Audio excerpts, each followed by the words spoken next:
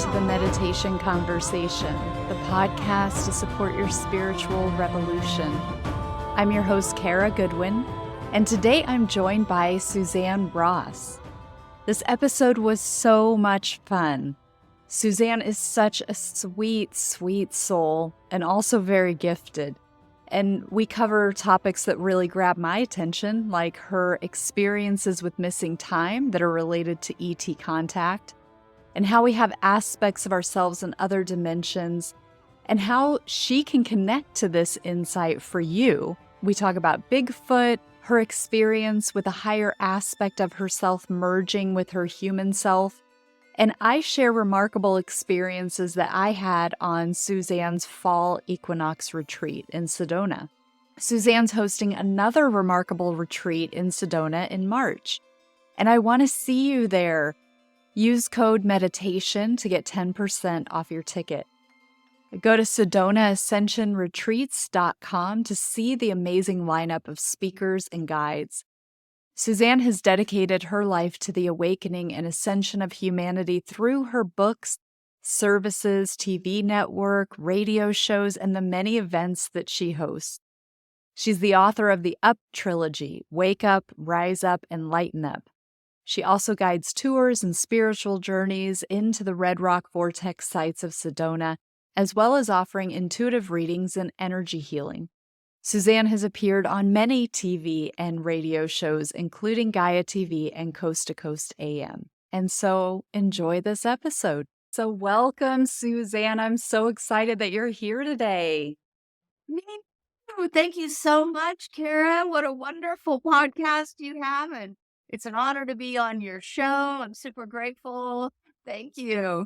Thank you so much. You know, I was recently at your fall retreat. You had an ascension retreat at the equinox, and it was just phenomenal. And it was such a joy to get to hear you speak and to connect with you and all the amazing, amazing guests. So we're going to talk about your work with hosting events like that.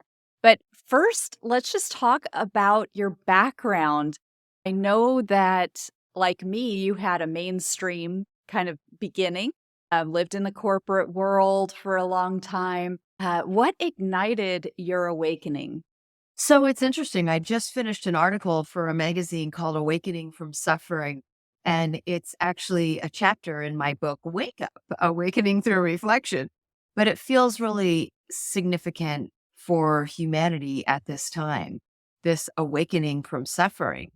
And I believe it's sort of a theme in the storybook of humanity to have an awakening experience out of the depths of suffering.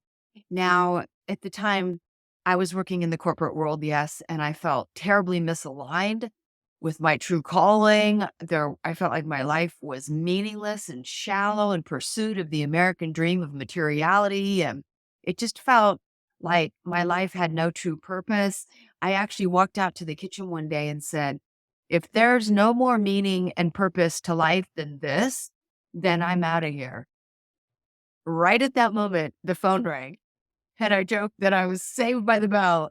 And my parents were calling from the desert of Southern California to invite me to come out to their new vacation home there.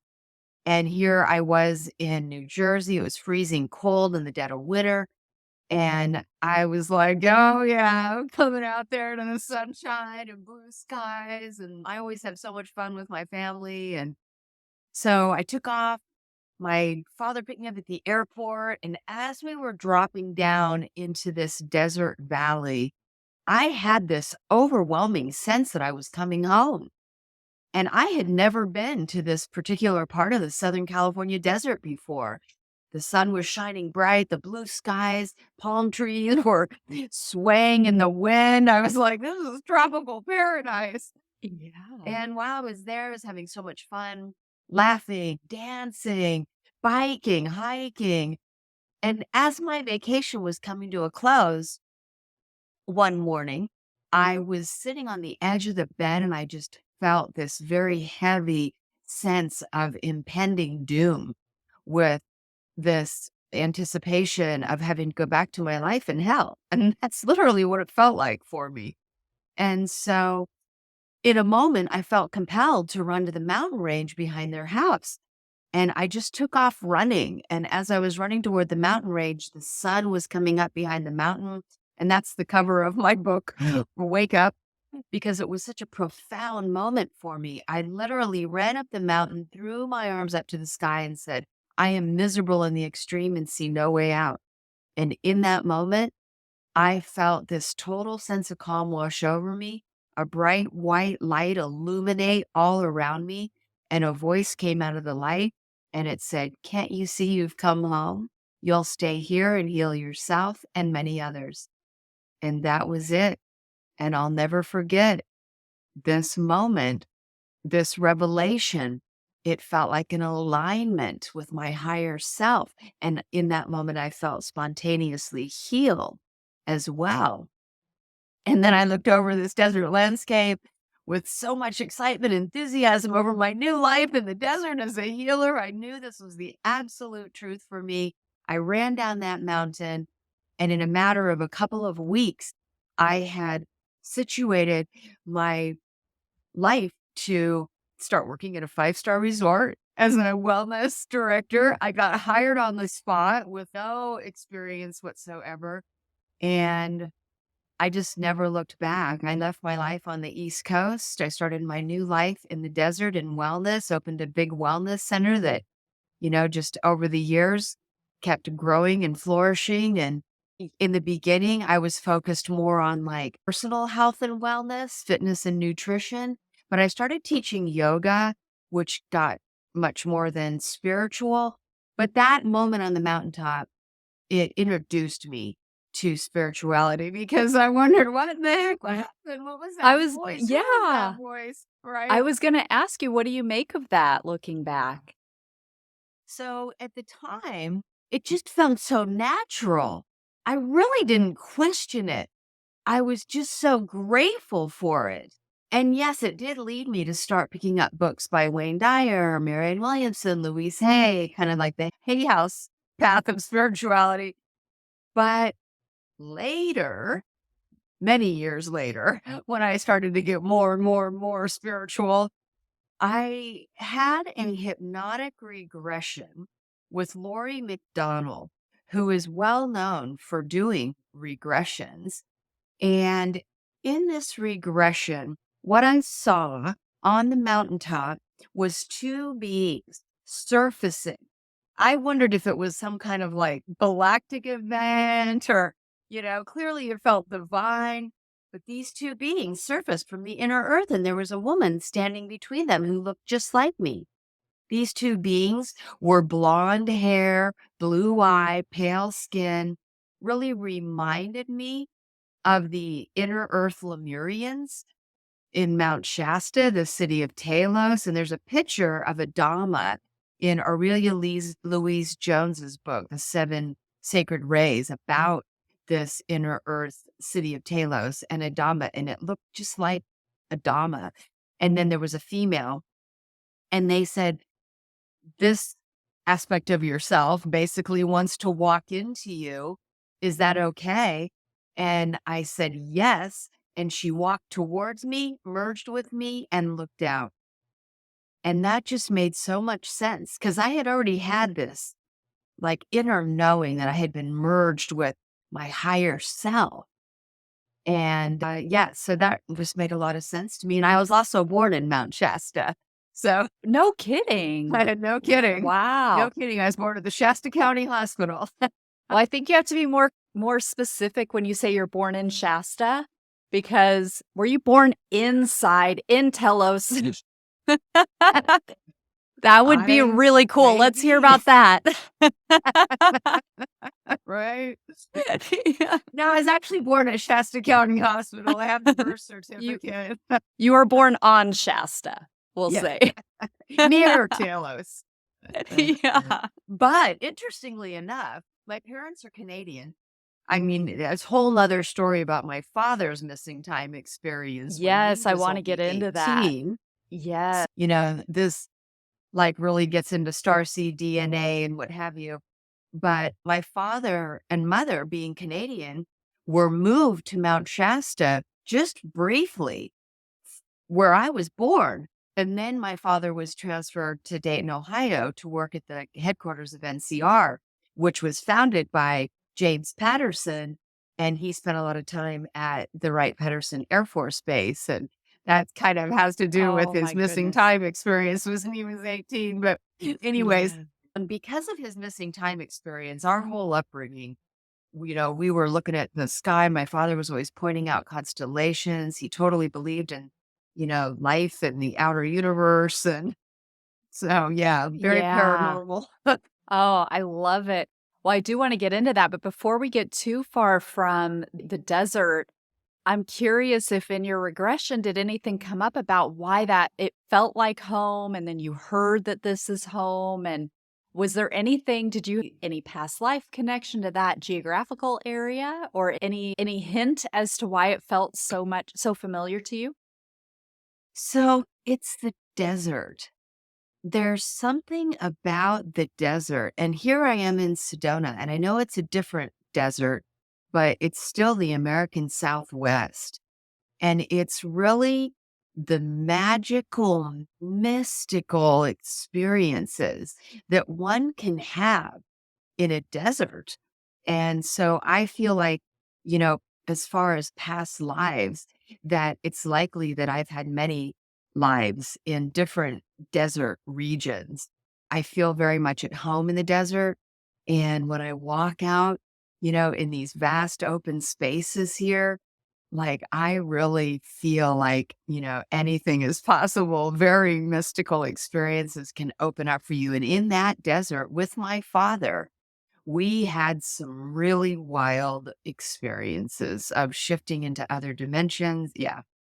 During that trip or just in general over I time? moved to the desert and then Oh, my that's right. Yeah. father retired and we spent a lot of time together out in that desert taking long walks. And he loved to talk about aliens, UFOs. After his experience, he watched everything he could find on TV about aliens and UFOs, read all kinds of books.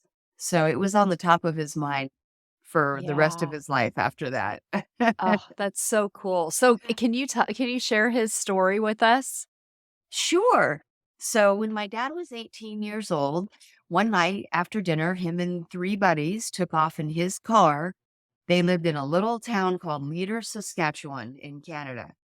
And they took off and were driving down this dirt road when suddenly they saw this white light in front of them. This light was behind them. This light would be out in the field. When it was in front of them, behind them, it wasn't kicking up any dust. And so my father wanted to pull over and see if this light would go past them.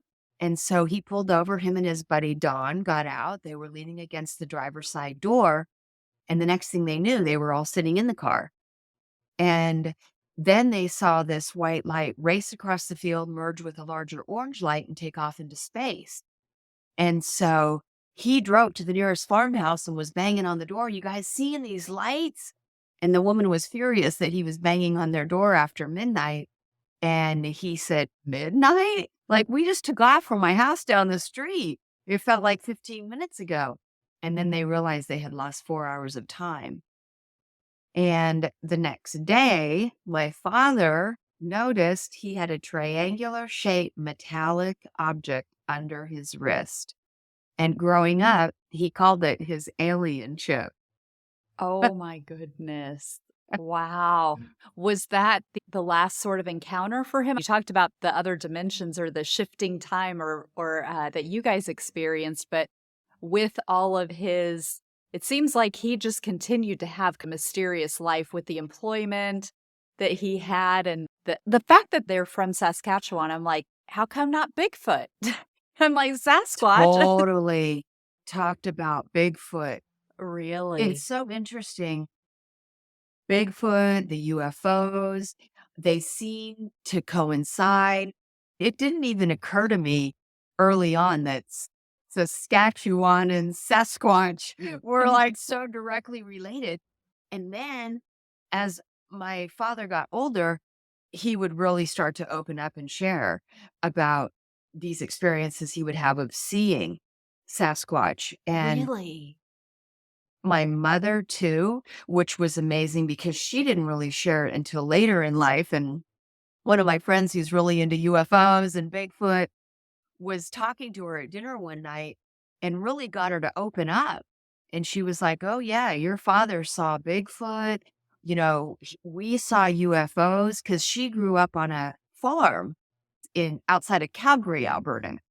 And she said her and her brothers and sisters would sit out at night and just look up at the sky. And she said they would see all kinds of lights and different, crafts. And yeah.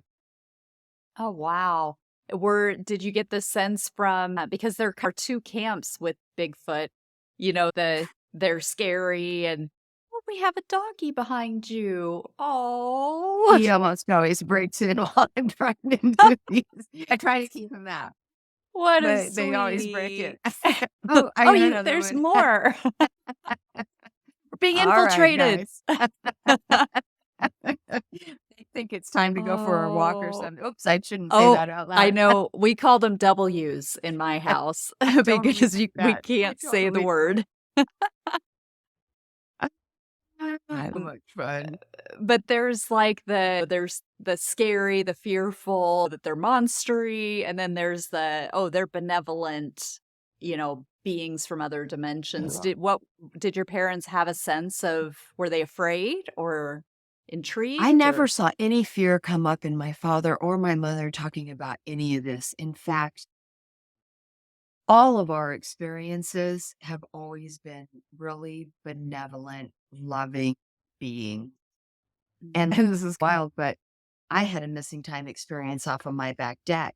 And also, there was an announcement about this Bigfoot sighting right down below my house along the creek. And somebody had seen large footprints and somebody had a sighting. And I was like, I'm going to put an apple out on my deck to see if this, gentle, kind, like Bigfoot, hairy Bigfoot being might come up and eat an apple off my deck.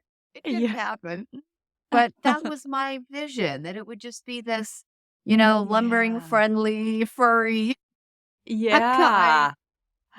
gentle being. And that's my vision of Bigfoot, honestly. And then the encounters that both my father and I had with, these extraterrestrial races they have benefited us in our lives tremendously. My father really attributed his computer genius to this chip. Because he grew up in a one-room schoolhouse and nothing else to really attribute to his level of genius that he attained when he entered the, field of computer technology early on, way back in the 60s. Wow. That's fascinating. Well, can you share with us your missing time experience? Sure. So when I moved to Sedona, it starts with this because I was in a bookstore and I had this experience already before coming to Sedona because I started writing my own books and doing like automatic writing, but I also would reference other books. I would be driving to work and I would like pull off into the bookstore parking lot and be like, okay, I don't know what's happening because I didn't plan to go in there. And I felt like I was being led down the aisle, turned toward a particular shelf. A book felt like it was illuminated and pushed out. I'd be like, okay. And then I'd go check out and drive on to work. Well, I was in a bookstore here in Sedona and this book called the Arcturian Anthology lit up. It was Tom Kenyon, I believe, is the author. And I became obsessed with Arcturians. And so I had some friends staying with me one night in the late fall, and my two friends were also really interested in the Arcturians. In fact, one of them said that he had a direct contact experience with an Arcturian craft and a particular Arcturian named Jazz. And so on this night, we thought, well, let's call upon the Arcturians. And so we didn't really know what we were doing, but we all thought, let's hold hands in my living room and just set an intention to call upon the Arcturians to, make contact. We had seen a lot of lights out in the sky off we wanted direct contact, like land a ship or, Yeah. bring us aboard, something really Yeah. profound. And we did that. And then we went out on the back deck, closed the door behind us. The first thing that happened was the lights went on the deck. And we were like, the only way you can turn them on is to be inside the house. And we were all outside. Wow. Then there was a huge explosion of light on the horizon. And suddenly we all felt dizzy. And my friend said, I'm dizzy. And she grabbed the handrail and I go, yeah, me too. And then the lights on, it's an upper deck with a stairwell that has motion detectors. The bottom motion detector went off. The middle motion detector went off, like someone was coming up the stairs, but we didn't see anybody. So I'm watching that. And then I turn around and I look at them and I go, God, it's freezing out here. Let's go inside. We went inside and we were all like discombobulated. I was exhausted. And I was like, I don't know why I'm going to bed at 8 o'clock at night, but I'm going to bed. And I went in the kitchen and turned my phone over and it said 12:40. Oh my And I God. was like, oh. But we were so exhausted. We just fell into bed. The next morning I woke up and I felt nauseous, dizzy. I went out to the kitchen and looked at the coffee maker and was like, oh, heck no. I was just sipping on water. My two friends came out. They looked green. Like we just all felt nauseous. It was almost like the insides felt like fed up or like vibrating, and it was making us dizzy and disoriented. It was almost like the inside of us was vibrating at a higher frequency. It was hard for our physical body to adapt to that. And we actually had some people coming over in a couple hours. And as they were sitting there, I remember thinking, I'm going to hurl. But I would be so embarrassed to be like making these horrible gagging noises in the bathroom. Yeah. So I just kept saying, I'm okay. I'm okay. I'm okay. I'm okay. Then we finally started feeling better. But as the day unfolded, it just got crazier and crazier. These people were supposed to come visit us, and there was a gentleman from the Philippines who was super tuned in. He said that he would go aboard craft. He said he was part of this galactic council. He ended up showing up at like 2 o'clock in the morning. We were so tired, but we stayed up for it. And then he sits on the couch and there's a light on the horizon. You can see through these glass doors from the living room. And there's this light just hovering on the horizon. And it's like sapphire blue. And he goes, do you know that's an Arcturian craft? I promise you, we hadn't even gotten to the discussion about what had happened. No way. Oh my gosh. Right? And then my other friend, I'm keeping them anonymous because I don't know what they want me talking about this on the air with them, but I'm like totally transparent about it. Yeah. She said that after that incident, like we had gone to bed, like I said, around 1. She said she was pulled out of bed again, like around 3, went out on the back deck, and she had this vision of me wearing this like silver uniform and being aboard that Arcturian craft. And yeah, so it was wild. Oh my goodness. I've had so many chills, so many things that you have said, and I'm just like, so many chills. Wow. Which is my like, yes, that when I get the yes. Anyway, wow, that is incredible. Right? So do you feel particularly connected to the Arcturians? Definitely. And within a couple weeks of that experience, I went to a psychic, well-known psychic here in Sedona, a good friend of mine. And before I even sat down, she goes, whoa, I see you and your two friends on your deck, 3 beings coming up your stairwell, taking each of you by the hand, going out to this smaller, like pod ship, being taken up into a larger mothership, and there being shown around the ship, being downloaded with knowledge, wisdom, gifts, skills, abilities. And I was just like, wow, it just was revealed to her. She's very gifted. I was blown away because I had suspected that is what had happened. And maybe she was just reading my mind and tuning into my memory of what had happened. I don't know. But I can tell you that I started feeling compelled to grab poster board, markers. I would start drawing a big circle with 12 circles around it, like a zodiac wheel. but these were dimensions 1 through 12, and 13 was in the center. And then I started putting my name in these different dimensions from, who I was being in the third dimension, fourth dimension, fifth dimension. Each, had a place, had a name, and it would just come through so fast I could hardly write fast enough. And then I would just sit back and go, whoa. And so then my sister came to visit and she was like, do me, do me. I was like, well, I don't know if I can. And suddenly I'm like in the third dimension, I'm like totally doing this. So I Really? named it a multidimensional soul reunion. And I've been doing that now for years for people with people. And if their people are already like psychic or have developed their intuitive abilities, most of the time I can bring them into this light hypnotic state where they tell me, they reveal to me who they are being in the fourth and the fifth and the sixth. Like that's the most ideal because then they have that direct experience of it. Well, I love that so much. Can you talk a little bit about, because that might be a different concept for some people where it's like, wait, but you have an Arcturian connection. So you're Arcturian, you're human and you're Arcturian. So can you talk a little bit about like the presence or the aspects of us that are in every dimension? Does that make sense? Yes, 100%. I feel very resonant with the teachings of Theosophy.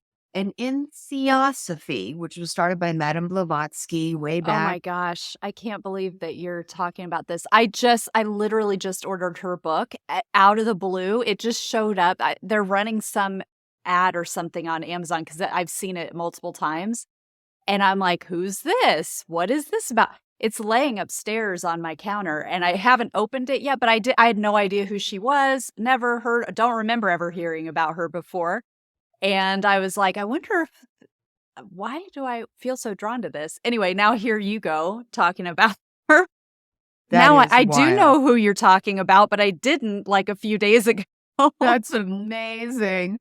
Well, Einstein's favorite book, according to his wife after he passed, was Isis Unveiled. And that was one of Madame Blavatsky's first books. Now, after she passed, Alice Bailey picked up on it. And Alice Bailey was channeling Jewel Kul, often known as the Tibetan, but, channeling Jewel Kul, bringing through these theosophical teachings. And then Joshua David Stone wrote a series of ascension manuals Yes, based I've on that read one. material, Oh, that's based on that. Okay.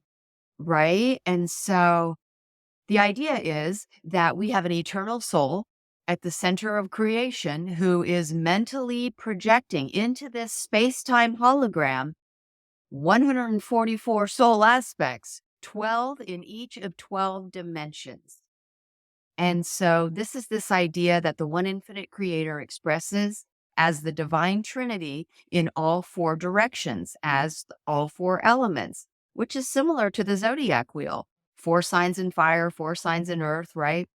And so the one infinite creator expressing as 12, the divinity in all four directions, 3 times 4, then the beings made in the image of the creator also express as 12 personalities and are able to project mentally these holographic fractals of themselves into 12 different timelines in each of 12 dimensions for 144 soul extensions called the monad.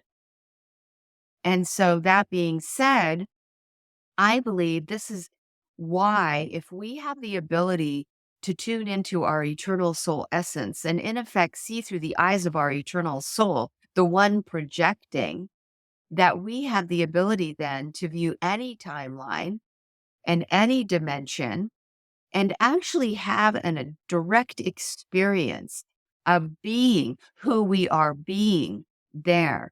And I do believe this is why psychics can do past life regressions, is because, like myself, and this is what I do when I do these readings for people, is I ask permission from their eternal soul essence to see through their eyes so that I can view whatever timeline or whatever dimension is most beneficial for that soul extension at that time. And it has to be mutually beneficial, not just for the person I'm reading, but for the other soul aspect we're tuning into, because somehow they have an important connection that's relevant and beneficial to both of their lives at that time.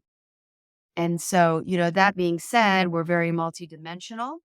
And I was shown that each of these star races have these different dimensional aspects, in these different timelines.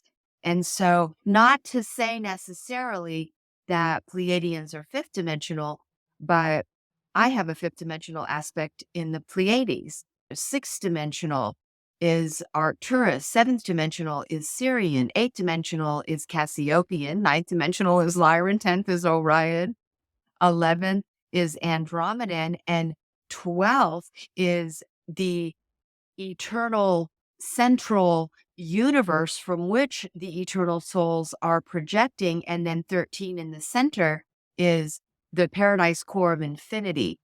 And some of that referencing also comes from the Urantia book, which I write a lot about in my book, Rise Up, because it's a fascinating channeled book. So, Wow. yeah. And so that would just be to say that not necessarily that Syrians are seventh dimensional or Andromedas are 11th, but I have tuned into that I have that dimensional aspect in those different dimensional timelines. Okay. All right. That's a great foundation. Thank you. And, I wasn't sure if I was going to say anything about this like while we were recording, but just it feels relevant that, we were talking before we started recording that, I had an astral interaction with you where and I think that this ties in. This is why I'm bringing it up, because I was telling you that I was feeling this like unwinding kind of in my brain area. And then these is it tendrils? Is that how Yes, energetic tendrils? tendrils. I loved how you described this. Right. And it was like it unwound and then it extended through these like tendrils in and outward, almost like spokes, And then like a little bit later in the same evening, I was in a very light sleep, like in and out of sleep. And but out of sleep enough that I was like, remember that was Suzanne. Remember you were working with her, so it was like, I would kind of lift out of sleep enough to be like, I was with Suzanne. But it was like this white space or like a nothing space. Like it was a whitish color. It was light and bright, but there were no boundaries. No, we weren't like in a physical place. And it was something to do with these aspects and these offshoots and like the sort of threads or the ribbons coming, energetic ribbons or something, but going out. And so as you're saying this, I'm just like, yep, there it is again. I'm back there with Suzanne in whatever dimension that was. I don't know. That is a perfect visual of exactly what I would imagine the eternal soul doing, is sending out these energetic tendrils, which are extensions of their soul, of their, personalities, of their soul aspects. That's just amazing. And what occurred to me with the unwinding was unwinding time to be present in the eternal now so that you can, access all of those past, present, future, everything happening all at once in one eternal now moment with all of these lives simultaneously unfolding concurrently. Right? Yes. Yeah. Yeah. It's just amazing. It's just amazing. So I just offer that kind of on the back of how you work with people. And, somebody listening they may just see you in their sleep tonight or in between the waking and sleeping time. And you're just all over the place, Suzanne. Or you're welcome to go to my website, Right. SuzanneRossTranscendence.com, and I'll be happy to guide a multidimensional soul reunion for you Even the Absolutely. regressions I do, I call them timeline regressions because they can be the past, they can be the future. They're not necessarily like a past life regression. Mm, So, yeah, I love to do that kind of work for people because it's always so relevant for them in their life at that yeah, moment because it's right. guided by their eternal soul who has a much higher perspective on what will serve them best at that time. And people get clarity about their soul mission, their purpose, relationships, career. It's amazing. Yeah. Yeah, that's fantastic. Well, you have so many resources how you help people. So you've got your Up trilogy. You've mentioned a couple of your books. Can you talk a little bit about how that came about and what people will find in those? Thank you. So I started working with a psychic. I got into Buddhism really heavily in 2008, invited by my sister to go to some Buddhist retreats, and I just loved it. And it really deepened my meditative experience as I used mantras and mudras and even got into Tantra. Then I started to see a psychic because I was really interested in expanding my psychic awareness. And she taught Mhm. me techniques for running energy, and she channeled Saint Germain. And I'd never really heard of channeling before I started seeing her, but she was teaching me. And it wasn't long after that that I started channeling. It was insane. Suddenly, like I'm speaking in not a different language, but a different accent, right? And Oh, I'm saying things that, like I've never been taught or never knew before. And I am so curious about how creation came into being, who we are, where we came from, why we're here. I have some insatiable curiosity about creation. yeah. And so I started asking questions about creation and answers would come through. So I started recording it. And then I discovered Dragon naturally speaking voice recognition software because it would type. And Mhm. so as I channeled, it would type it. And I knew that this was creating content for what would become my books. I was walking out in nature one day and I just started on these nature walks hearing like voice from above, and this voice said, "You will write a 30-day book on the evolution of consciousness." I heard it clear as day as if someone was, on a Really? microphone standing over me. And I was like, What? Wow. Like, I'm a wellness coach. Like, I'm not an author." And the voice always responds with this sort of, "You'll figure it out." And so I went home and I told this gal who was working with me, I said, "I heard this voice about a 30-day book on evolution of consciousness." And she was like, "What is consciousness, anyways?" And this is back, like, right, 2010, maybe. Like I wasn't as attuned to all these ideas around consciousness. And then she was like, 30 days? That sounds like a lot. And so I started to tune in to get a more, refined message about what this was meant to look like. And what came up for me was it would be 3 10-day books. And yes, it Oh, would be about the evolution of consciousness, but one would be for the mind, one would be for the spirit, and one would be for the body. And so I was guided that the first one would be for the mind. And it became more clear that it was about liberating the mind from limiting beliefs. This book, Wake Up, came through a 10-day life lessons workshop, Awakening Through Reflection. And what it turned out to be about was this karmic cause and effect analysis that I channeled through, which was about reflecting on the most transformational experiences of your life, identifying the causes and effects, like, what caused this event to occur? What were the effects it had on myself and others? And as people continue to do that event after event, they start to identify a pattern. And within the causes and effects, the life lessons are revealed. And so they're able to identify the life lessons, apply them to their life today so that they can move on to more advanced lessons. And in this way, they're consciously creating meaningful experiences to master their life lessons. And then they're consciously evolving toward more advanced ones. And so this idea of creating meaningful experiences, intentionally evolving toward more advanced ones became the theme of that book. And then Rise Up came in next. And Rise Up really is a lot more metaphysical. It's about how creation came into being from the perspective of many different cultures, some advanced ancient cultures, as we go on an a 10-day ascension adventure into sacred sites around the world and study the cosmologies of these different cultures like Egyptian, Mayan. We come to Mhm. Sedona. We go to the Dogon tribes in Africa because they have a very advanced understanding of different quantum physics concepts, even though they're supposed to be this primitive tribe. But they say they learn it from their star ancestors, who are the Syrians from Sirius B. So, yeah, all my books include journaling, meditation. You go to the website and download the meditations. There's breathing practices. So I try to make them like a transformational experience by having these different levels. Lighten Up is in the works and hopefully will be released maybe in 2024 Okay, and that's the one for the body. for the body.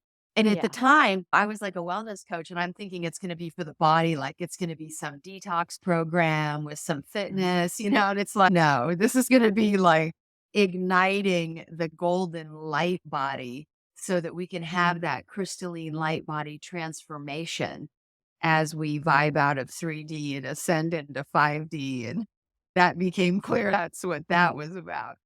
Oh, wow. That's amazing. Well, and another way that you work with people is through your events. So you do private events or private retreats, and then you host your big retreats. And like I say, highly recommend based on my experience in September. It was just really, really beautiful right there in Sedona. And you've got another one coming up in the spring equinox. So talk a little bit about your retreats and how you help people transform through those. Thank you for asking. I feel it's an important part of my soul's calling to have these gatherings of like minded souls to come together, especially here in the powerful vortex of Sedona, where it is so extraordinarily beautiful here in these Red Rock temples. But also just that sense of unity, community, coming together in loving support of one another and the opportunity for people to share, not just with the presenters and teachers and guides, but with each other, the experiences that they're having, the struggles that they may be having. I love for people to come to get inspired, to get empowered, to get enlightened. I have many different facets of the event where we have on-stage presentations with some of these like amazing keynote speakers. I have a flyer sitting right here. We can Yes. see that we have just such amazing, world's leading luminaries on many different topics to do with connecting with the galactics, like Linda Moulton Howe, I've been a big fan of on Ancient Aliens for decades. Oh, Daryl Anka channeling Bashar. We are going to talk about near death experiences with one of the world's most well known near death experiencers, Anita Morjani, and others. So we have ascension teachers and just amazing people that will be on stage presenting. But then also we have small breakout groups, which I call workshops. So we have a break in the middle of the day for 3 hours where people go and they can have back-to-back 90-minute workshops or just take a break for lunch and visit the vendors and then do one 90-minute workshop. I always have outdoor journeys into Sedona's sacred vortex sites. And that's one thing that makes these events really special. Here we are in Sedona. We got to get out into the Red Rocks. And some of our keynote speakers are the guides who are assisted by a permitted Sedona mystical tour guide. But we take people in shuttle buses out to these extraordinary sites with breathtaking views and powerful vortexes. They're tuned into the vortex, they're guided on a journey. So I really love being able to offer that at these events. And we have sound journey performances. This year, we have world champion Native American hoop dancer, Munti Sinqua, doing a hoop dance, which is so phenomenal. They use these hula hoops and they make these shapes like the flower of life, like these different sacred geometry symbols. It's amazing. And plus, I wanted to honor the Native Americans.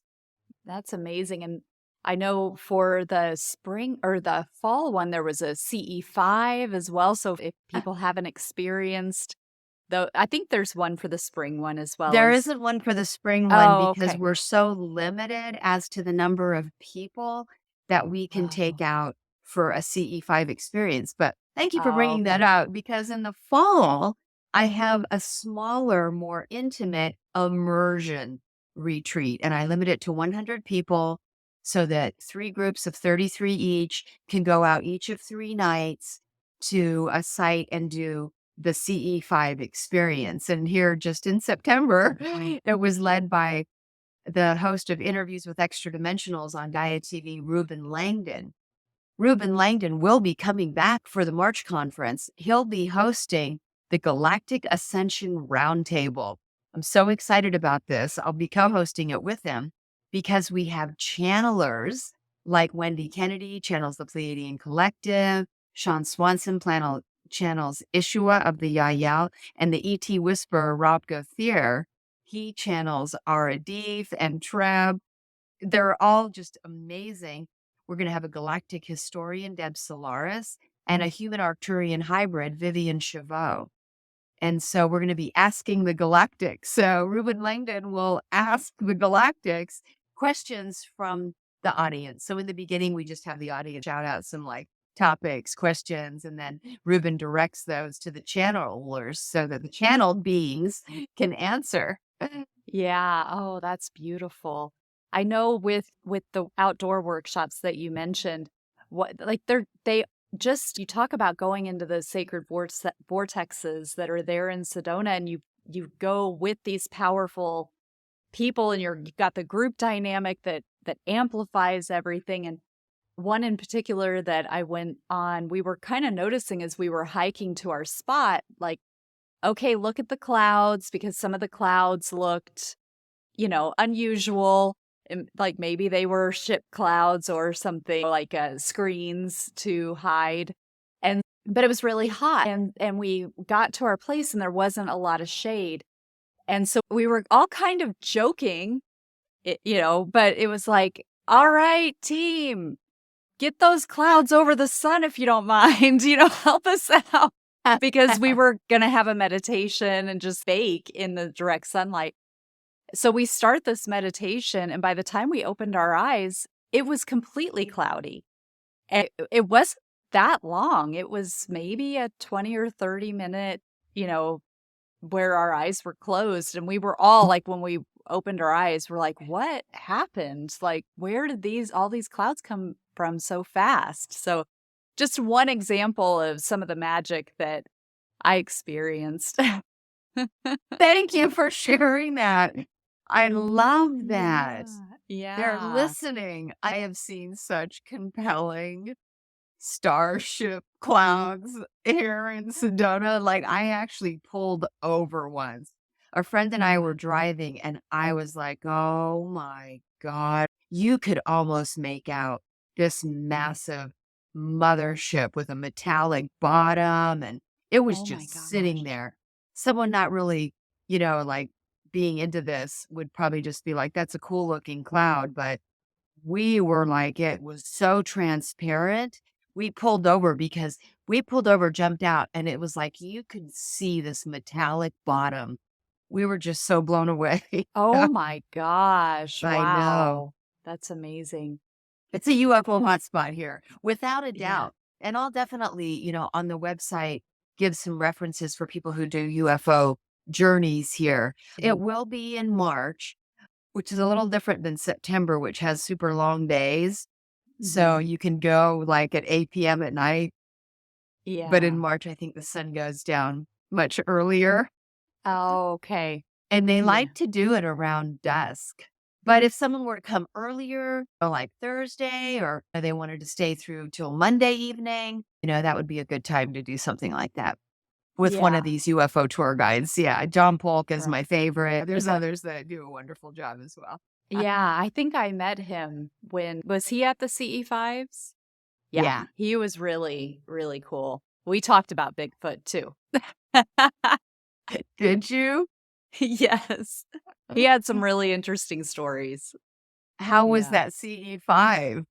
It was amazing. I've been to another CE5 with Ruben, and he does a great job. And it was funny because it's a very much an inner journey with Ruben. So he encourages you to keep your eyes closed for a lot of the time. But John John Polk, is that Mhm. Polk? And then there was another woman, I can't remember now what her name was, but they were guides. Like they do the tours like you were talking about. So they had their eyes open and they told us afterwards, like they were just waiting for us to open our eyes. Open your eyes, guys, because there's stuff to see here. They're here. There are like so many lights. It was really funny. They showed us they had some great like night vision goggles and we could see all kinds of really cool stuff. So that was John Polk wonderful. has some amazing UFO footage, and when I've gone out there with him, first it's just cool to see Sedona through night vision goggles. But then, yeah, what I have seen come across the sky is so mind-blowing, and how busy it is up there. Lights Yeah. are just darting in every which way, and you're just like, Yeah. "That's a busy highway of UFOs up there." Because then you'll Yeah. see a plane. Yes, all Right. these It other looks lights are, like, flying around at Mach yes. speed, right? Right. It's amazing. Well, I went with a friend of mine named Emily, and one of the nights, I think it was Thursday night, we didn't have a journey or anything scheduled for the retreat. So she and I went out to Bell Rock, and we were just sitting there for a while and we were talking to some people who were there taking photos and so forth. And those people eventually left, and then we were by ourselves. And she's like, look over there. There's something going on over there. And there were anywhere between 3 to 9 lights. We kept being, it was like, okay, now there are 3. Now there are 7.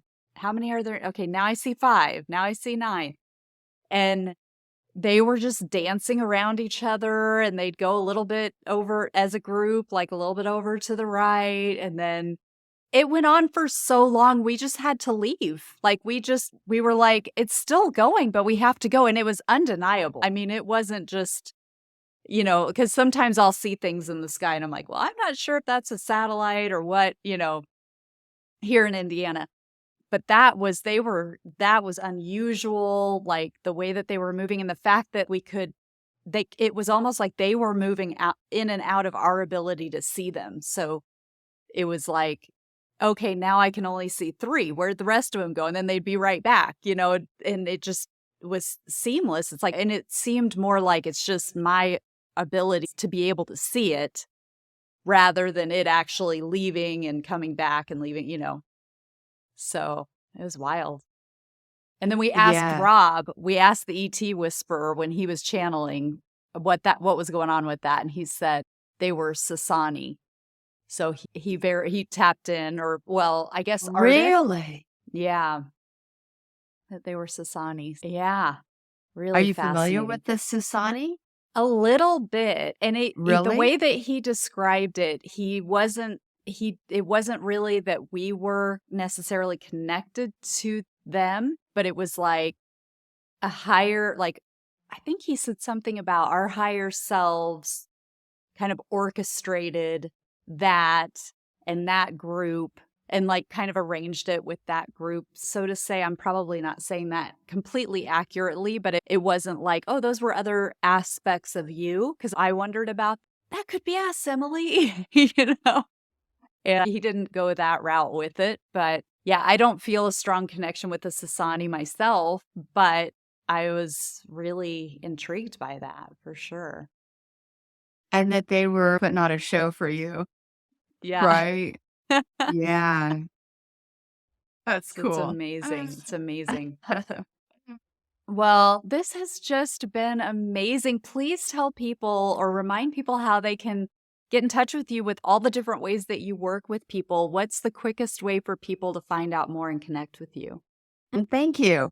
My personal website is SuzanneRossTranscendence.com, and there you'll find my books and sessions. And yes, I do personal retreats here in Sedona, so you can come 1, 2, 3, 4. I take up to 6 people to do just a personal 2-3 day retreat experience here.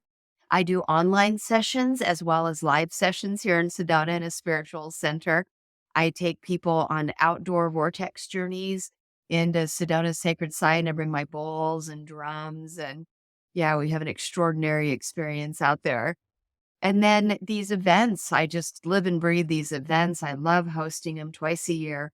The one in March is going to be phenomenal. Visit SedonaAscensionRetreats.com and check it out. We have low early bird pricing before December 1st. So get your tickets now. And I inspire you to get the Transcendence Pass because it includes 2 workshops and 1 outdoor journey. If you come to Sedona, you got to go on an outdoor journey. Yeah, beautiful. Well, this has just filled my heart. Thank you so much for being here. It's been such a joy to connect with you. You too, Kara. Thanks so much for having me on. I can't wait to see you in a few months here in Sedona. Yes.